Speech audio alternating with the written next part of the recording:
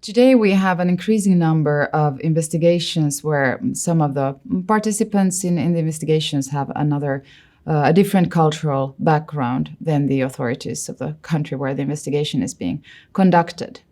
So this implies we also have to take into consideration cultural factors of the participants, of the victims, witnesses, suspects, and sometimes also we need to use the services of interpreters.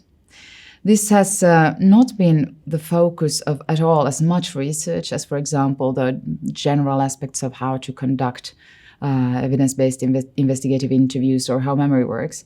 But there is more and more, there is a growing realization of cultural issues that do have an effect in these situations. Some years ago, quite much talked about article was published saying that most human behavior is not weird. And by weird, or weird is an acronym for Western, educated, industrialized, rich, and democratic. And in this article, it was argued that one problem is that most of the behavioral psychological research has been conducted in Western countries and even largely on US university student populations. And it is quite true that whereas many things are quite common for human beings all over the planet, there are aspects of social communication and indeed of autobiographical memory that show some differences in different cultural contexts. There is also research from the asylum context showing that sometimes the type of questions that are being asked are based on a kind of intuitive expectation of things people would be inclined to remember. But these are not always empirically tested, and these are not always true. One example was Tanja van Veldhuizen and her colleagues who did a study focusing on the types of questions that Dutch authorities are posing to asylum seekers to establish where they come from and the journey they have taken to come to the country. And they found that many of the questions were such that they had not been tested. Actually, we don't know how, for example, in the context of Finland, how Finnish people would respond to these questions. So, for instance, one example was that asylum seekers could frequently be asked what the currency looked like in their country of origin. And for those of you who are from within the European Union and the Eurozone, I would now kindly ask you to think of what you would answer if I was asking you to please describe a 20-euro bill. How does a 20-euro bill look? Most people, I've been asking this question in various meetings and various lectures. Very typically, people remember two things. It's blue and there's a 20 on it. And here you can see the bill. It's highly unlikely for people to remember anything else. And it is likely for people who try to remember something else to guess. So, for example, in Finland, people remember Sibelius because he was on the old 100-mark bill or whatever it was. We are not as good at remembering this type of things as we would expect. And this is then a big problem that is now luckily open for discussion in the asylum research context, that we might actually focus on the wrong things, or we might not have the information that we need to really ask about the really important things. What we remember is highly dependent on our culture. And there has been a realization about this for some time already. It's only now that it's rising as a topic within more, let's say, legal psychology and investigative interviewing. But we do know that people from different cultures can focus on different things or focus in a different way on events and experiences. In a rather old or more than 20-year-old study by Masouda and Nisbet, it was found, for example, that when they compared Japanese and American populations or research participants watching a sea landscape, the Japanese participants were more inclined to look at the background and the whole sort of what was going on in the whole landscape, including the seagrass or smaller animals, etc., whereas the American participants were much more inclined to focus on the big fish or like big living animals in that landscape. And this seems to echo a kind of focusing on central actors rather than on the interplay between context and actors. And this, of course, has effects on how things are then later on remembered. So the American participants were more likely to recognize, for example, the big fish afterwards, whereas the Japanese were more dependent on contextual clues to recognize them and had memorized more of these. These kind of studies also echo what anthropologists for a long time have known or talked about, that there's perhaps how would you say, a rather black and white, but still in many ways relevant differentiation between collectivistic and individualistic cultures. So where the US and perhaps many Western and Northern European countries tend to be perceived as rather individualistically oriented. So the focus is on me, on the main actor, my experiences, etc. In many other cultures, for example, some Asian and African cultures, the focus is more on the collective. So it's less important, for example, for a person to remember precisely what they did in a given context. It's more important to remember the experience of the collective. And this might affect how we remember, for example, how well we remember who has been the central actor in a situation. And here is also a possible source of cultural miscommunication. So this needs to be realized by also investigative interviewers and by those who assess accounts, that we really may have different sort of ways of remembering social interactions. It's been found, for instance, that people who have grown up in traditional Chinese cultures have slightly later first memories than American US participants. So they don't remember as early experiences, which probably has to do with how children are communicating with adults. So, for example, in the US, there may be an expectation that children from an early age are telling about what they have done, and this in fact does help memory, does help them remember these kinds of experiences. Whereas these participants from traditional Chinese cultures tended to have more memories of social interactions within the group, and the Americans then, on the other hand, what they themselves as individuals have done. Of course, these are group differences, and within each culture there's a variety of subcultures, and within subcultures there's a variety of different families and different individuals, so there is bound to be quite a difference. But these group level differences are nonetheless, in my opinion, important to take into consideration.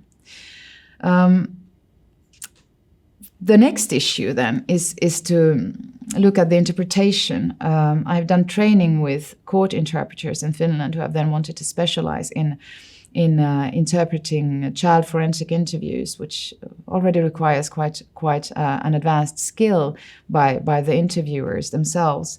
And this has really been an eye-opener. It's quite clear that if we do an evidence-based, a good investigative interview where we focus on the context, where we phrase questions in a way that really is bound to help people remember, and the interpreter has no idea of why we are phrasing questions in the way we are, there's a big risk that all this training will be lost in translation, that the interpreter will ask questions in a very much more closed and leading way. And in fact, this has been found by research to be a big worry, that an interpreter who may perceive the role as helping people communicate, they may, for instance, try to help children answer difficult open-ended questions by giving them answer alternatives. So if the interviewer says, "You said he touched you, can you tell me about the touching?" and the child is silent, the interpreter may, in a worst-case scenario, say,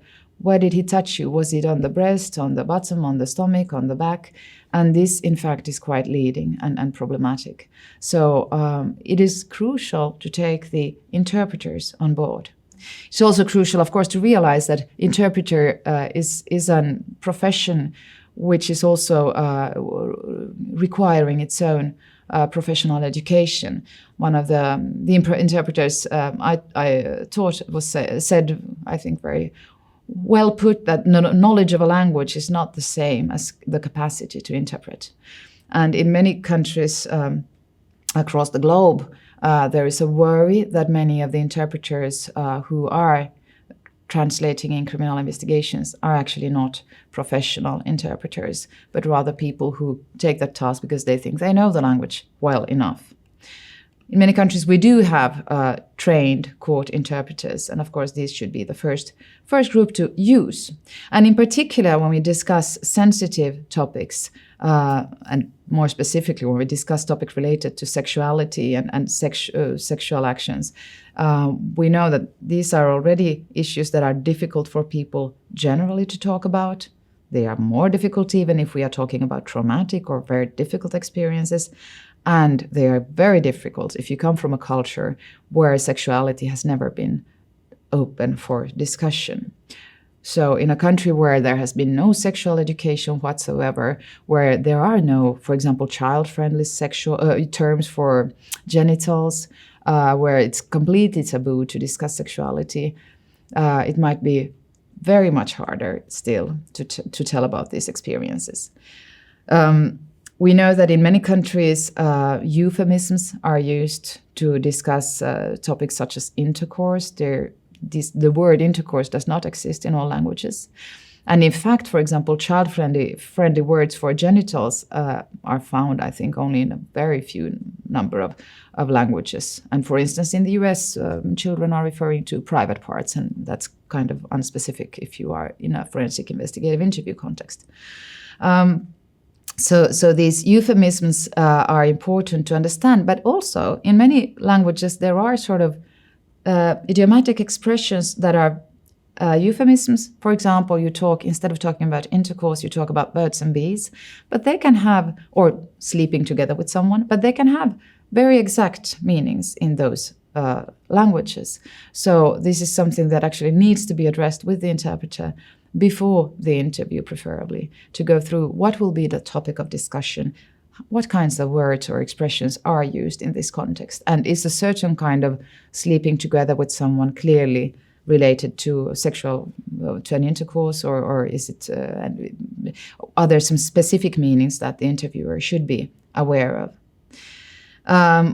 It's also been found that in some cases, interpreters may actually avoid asking certain questions to children because they feel they want to protect the children, and this can be quite a big problem. So this needs to be also settled with the interpreters before the interview, that they are actually ready to also discuss very sensitive topics. Also, for example, in English, depending on the geographical location where that English is spoken, the same word may carry different meanings. So, for example, word beat in English, which at least I would interpret it as beating with a hand, in Western African English, the English used in Western African countries, it can apparently relate to many other forms of physical interaction. So again, even though the investigative interviewer themselves would think they know a language very well, and maybe they know it well enough to actually perform an interview in that language, they might still want to consult an interpreter beforehand to make sure that the topics under discussion do not have these kinds of false friends that really can be tricky. The training and preparation together with interpreters, between interviewers and interpreters, is in my opinion, crucial. And it should be established what to do if something is really impossible to translate directly, what should the interpreter do if a word can carry different meanings? Should they say this in the middle of the interview, or what would be a good way to go about that? And also, what should the interpreter do if they do not really understand what the interviewer is saying or the interviewee is saying? Some of the interpreters I have trained have said that in some cultures, it's actually very unpolite to say that you do not understand. So this also has to be dealt with beforehand to make sure a possible non-understanding is expressed very clearly. Also, in some countries, how we refer to personal pronouns, of course, they differ across the globe. Finnish, for example, or Estonian are languages with very neutral language. You can talk about a person without even describing their gender. You have a word like hän, which in English now maybe you would use for which you would use the word they. So you can actually talk about a person without revealing any personal information about them. Whereas in many other languages, not only the gender is revealed, but in some even the position or age in relation to the person talking. So this again is something that has to be settled beforehand.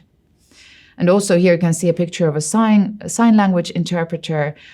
In sign language, for example, I have been informed that phrasing open-ended questions can be quite complicated. So again, there the interpreter must understand what suggestion is to be able to interpret in a way that is as little as not suggestive as possible. And this really implies that they need to understand what suggestion is and how to phrase questions. Here you have one example from an interview with a Romanian female victim of trafficking.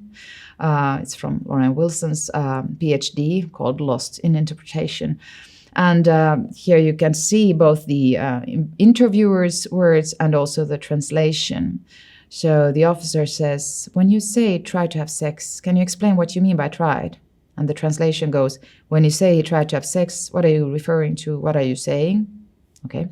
Then the victim says, meaning I was trying to keep him away, as far away from me as possible. And the translation goes, I was trying to keep him as far away as possible from me. This was quite good. Then the officer says, at any point, had she touched him? Had she put her hand on his penis? Was he aroused? Was he hard? And the translation goes, have you tried at some point, or did you touch him, or was he excited? So this is quite complex. On the other hand, as you can see, the interviewer is actually posing quite a long and difficult question. And we are now in the very sensitive topics, of course. And that's one general rule for interviewers. If they are being interpreted, to pose as phrases short and simple questions as possible, because there the risk is less of information falling out. Then maybe to sum up and end with the recommendations, is we have lots of cultural aspects. There are many more that I haven't even mentioned in this talk. But for example, honor-related crimes, they can have very clear cultural patterns, which may be very crucial for an investigation. In some trafficking cases, for example, with Nigerian victims, you have the HEUNI beliefs, where you must understand what the belief system is to be able to even try to conduct a good investigative interview. And whereas we cannot expect all law enforcement personnel to have this specialized understanding, it might be possible to locate experts and to get information that way, also to be used in courts. But what can be done more easily, more availably, is to have training together with interviewers and interpreters, where not only to teach the interpreters why questions are asked in a certain way, but even, at least as importantly, to teach interviewers the problems inherent in translating different kinds of open-ended questions, or how to communicate about sensitive issues such as sexuality. Also to prepare the interviews together. So interviewers and interpreters would do well in sitting together well in advance of the interview and discuss how different issues are best being approached in the culture and language, what language that is essential in that situation. How to ask in a non-leading way, what to do if there are unclarities in the communication. So this should really be teamwork, and I think all parties have very much to learn from each other here.